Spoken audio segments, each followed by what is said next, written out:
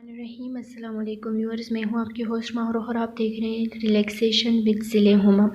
So viewers, आज की इस वीडियो में हम एक ट्यूटोरियल स्टार्ट करने वाले हैं स्पेशली उन स्टूडेंट्स के लिए जो कि किसी भी कम्पिटिटिव एग्ज़ाम में पार्टिसिपेट करने वाले हैं या फिर वो ऑलरेडी पार्टिसिपेट कर चुके हैं। सो व्यूअर्स, आप जानते हैं जितने भी कम्पिटिटिव एग्ज़ाम्स होते हैं ये डिफरेंट सब्जेक्ट्स को मिलाकर बनाए जाते हैं। सपोज़ हम बात करते हैं, अब किसी स्टूडेंट ने गेट जनरल में अप्लाई किया है। सो उस स्टूडेंट से कहा जाएगा कि इस टेस्ट में 25% मैथमेटिक्स होगा, 25% इंग्लिश रिलेटेड MCQs होंगे, इसी तरह 25% एनालिटिकल रीजनिंग। सो व्यूअर्स, इस केस में जो स्टूडेंट होता है वो कंफ्यूज हो जाता है। अब वो 25% जो मैथमेटिक्स आने वाला है तो उसके लिए वो कौन कौन से मैथ से रिलेटेड कौन कौन से टॉपिक्स रिव्यू करें, कौन कौन से टॉपिक्स पर प्रैक्टिस करें। चूँकि आप जानते हैं मैथमेटिक्स एक बहुत ही कम्प्लेक्स और ह्यूज सब्जेक्ट है। सो इस वीडियो में, इस ट्यूटोरियल में मैं आपके इस तरह के सारे जो डाउट्स हैं, जो प्रॉब्लम्स हैं वो दूर करने वाली हूँ। वीडियो स्टार्ट करने से पहले मैं आप लोगों से रिक्वेस्ट करूँगी कि हमारे चैनल को सब्सक्राइब करें और बेल आइकन का बटन ज़रूर प्रेस करें ताकि आपको हमारी हर नई वीडियो की नोटिफिकेशन मिलती रहे। सो स्टार्ट करते हैं। इस ट्यूटोरियल की फर्स्ट वीडियो में हम स्टार्ट लेने वाले हैं मैथमेटिक्स से रिलेटेड जितने भी बेसिक टॉपिक्स हैं जो कि इंक्लूड हो सकते हैं इन एग्ज़ाम्स में, वो वन बाय वन हम डिस्कस करेंगे और इंशाल्लाह फिर कमिंग वीडियोस में हम स्टेप बाय स्टेप बाकी सब्जेक्ट्स की तरफ भी मूव होंगे। सो स्टार्ट करते हैं। मैथमेटिक्स में जो फर्स्ट ऑफ ऑल जो बेसिक टॉपिक है, मैं कहना चाहूँगी जो एग्जामिनर का फेवरेट पार्ट होता है, that is word problems. Examiner का फेवरेट पार्ट इसलिए कि इस टॉपिक से मैथमेटिक्स में मस्ट क्वेश्चन आता है। वर्ड प्रॉब्लम्स क्या होता है, इसका जो बेसिक कॉन्सेप्ट देने के लिए मैंने कुछ एग्जाम्पल्स लिखे हैं।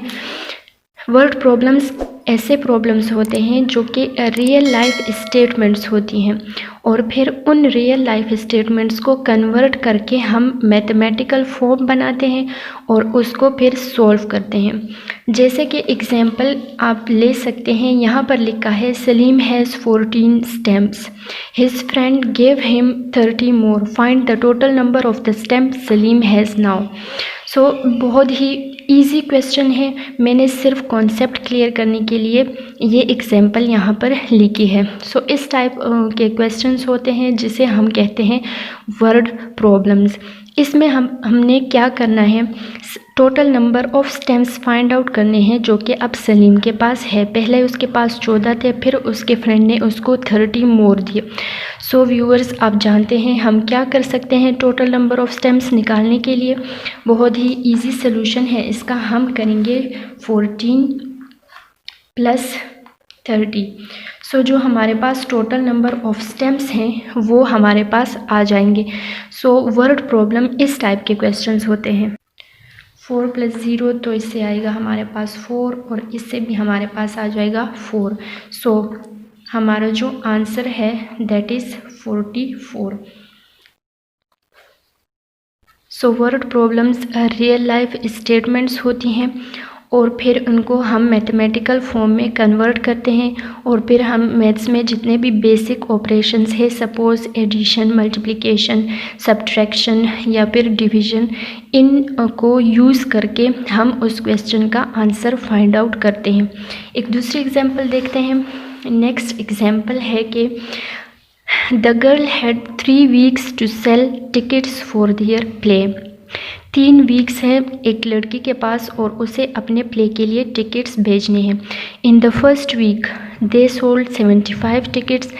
पहले हफ्ते में 75 टिकट्स सेल हुई। In the second week they sold 108 tickets and in the third week they sold 210 tickets. How many tickets they sell in all. अब हमें total number of tickets find out करने हैं जो कि इन 3 वीक्स में cell हुए।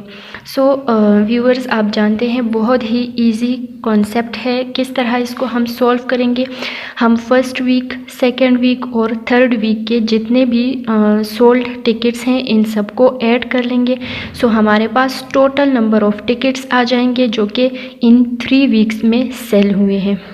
So let's solve. हम क्या करेंगे, total number of tickets solve हमारे पास किस तरह आएगा। फर्स्ट वीक में सोल्व हुए हैं 75, फिर है 108 in second week and third week में है 210। सो इसको आप कैलकुलेट करें और कमेंट सेक्शन में बताएं total number of tickets sold. So इसी तरह अब हम नेक्स्ट क्वेश्चन देखते हैं। नेक्स्ट क्वेश्चन में है the population of a town is 16,732 if there are 9,569 males then find the number of the females in a town.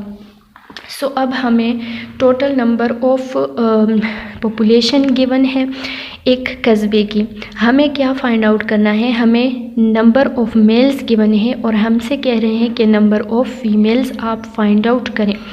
So viewers, in questions में आपको थोड़ा सा जो अपना दिमाग है वो लगाना पड़ेगा ताकि आपको पता चले कि इस क्वेश्चन में हमें एडिशन करनी है, हमें सब्ट्रैक्शन करनी है, हमें मल्टीप्लिकेशन करनी है या फिर हमें डिवीज़न करनी है। सो आप यहाँ देख सकते हैं अगर हमारे पास टोटल पॉपुलेशन ये है और फिर इसमें से इतने % मेल हैं, सो हम फीमेल किस तरह फाइंड आउट कर सकते हैं, हम इस टोटल में से माइनस कर लेंगे टोटल नंबर ऑफ मेल्स, तो जो हमारे पास रिमेनिंग पॉपुलेशन आएगी that will be the total number of females. So इस क्वेश्चन में अब हम ऊपर वाले क्वेश्चंस की तरह एडिशन नहीं करनी है, हमें इसमें सब्ट्रैक्शन करनी है। सब्ट्रैक्ट करेंगे हम टोटल नंबर, जो टोटल पॉपुलेशन है उसमें से हम क्या सब्ट्रैक्ट करेंगे, total number of male. So यहाँ पर आपके पास जो भी टर्म आएगी that will be our total number of females.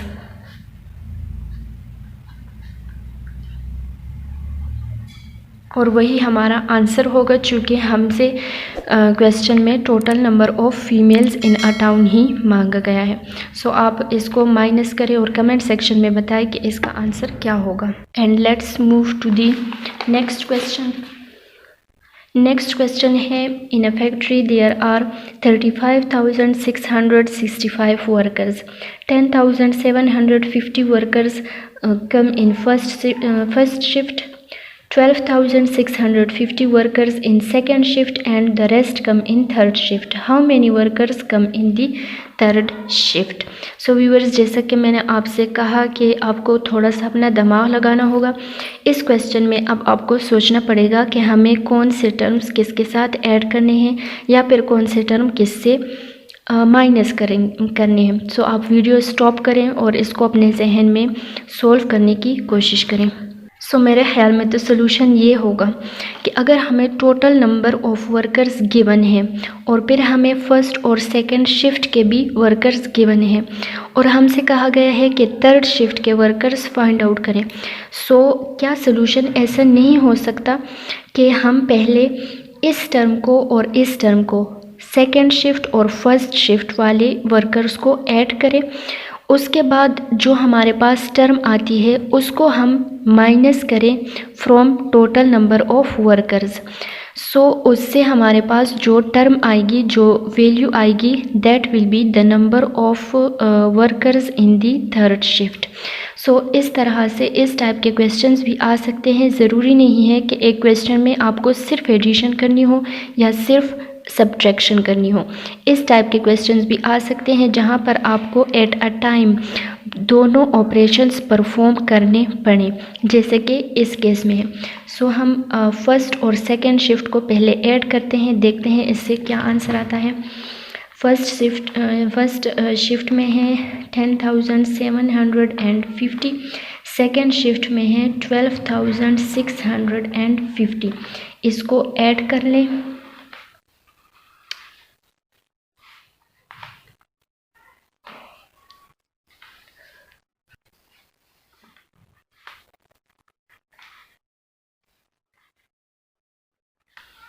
सो हमारे पास वैल्यू आई है 23,400।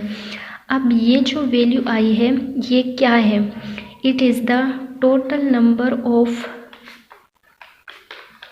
Workers in shift A and shift B. Shift A और शिफ्ट बी में जितने टोटल नंबर ऑफ वर्कर्स हैं वो हैं 23,400। अब हमें थर्ड शिफ्ट में जितने वर्कर्स हैं वो फाइंड आउट करने हैं। तो अब हम क्या करेंगे, हम इस टर्म को सब्ट्रैक्ट कर देंगे टोटल से, टोटल नंबर ऑफ वर्कर्स से। तो जो रिमेनिंग आएंगे वो हमारे थर्ड शिफ्ट के वर्कर्स होंगे। लेट्स सब्ट्रैक्ट टोटल नंबर जो हैं दैट इज़ 35,675 और जो फर्स्ट और सेकेंड शिफ्ट के हैं दैट इज़ 23,400। सो सब्ट्रैक्ट करते हैं 5 इससे 7।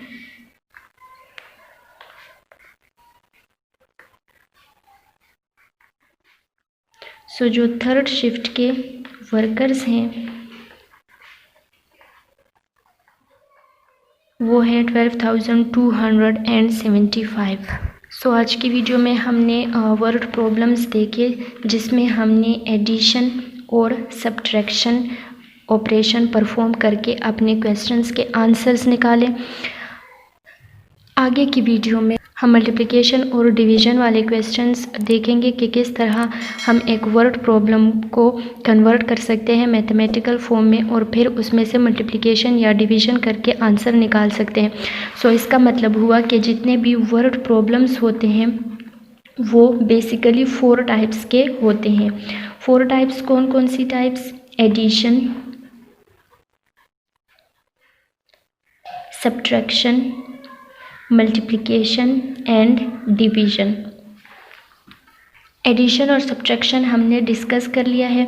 नेक्स्ट वीडियो में हम मल्टीप्लिकेशन और डिवीज़न डिस्कस करेंगे और इंशाल्लाह फिर थर्ड वीडियो में हम वर्ड प्रॉब्लम से रिलेटेड ओल्ड पेपर्स डिस्कस करेंगे। ओल्ड पेपर्स में जितने भी क्वेश्चंस आए हैं इस टॉपिक से रिलेटेड उनको हम 1 बाय 1 सॉल्व करेंगे। आज के लिए इतना ही काफ़ी था। हमारे चैनल को सब्सक्राइब करना मत भूलिएगा। अभी के लिए इजाज़त दें। खुदा हाफिज़। अगर कोई भी कन्फ्यूजन या क्वेश्चन हो तो आप कमेंट सेक्शन में ज़रूर पूछ सकते हैं।